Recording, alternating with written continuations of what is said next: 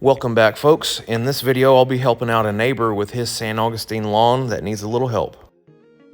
A couple of things we'll be working on is the irrigation and nutrients, as well as fixing some thin spots. For some of the uneven spots in this yard, we'll be using sand, carbonized PN, and some potting mix to level it all out. Just to name a few of the weeds that we have in this yard, we have clover, some spurge, sandbur, and also some Dallas grass. I have put down a first application of Celsius and Certainty, and I've already seen a little bit of effect from those two. We've also put down a light coat of Carbon Pro G for the soil. I'm waiting on the soil sample results so that we can pick the correct fertilizer. So I think we're off to a really great start here, and I'm looking forward to posting all the results that we have. Thanks for watching.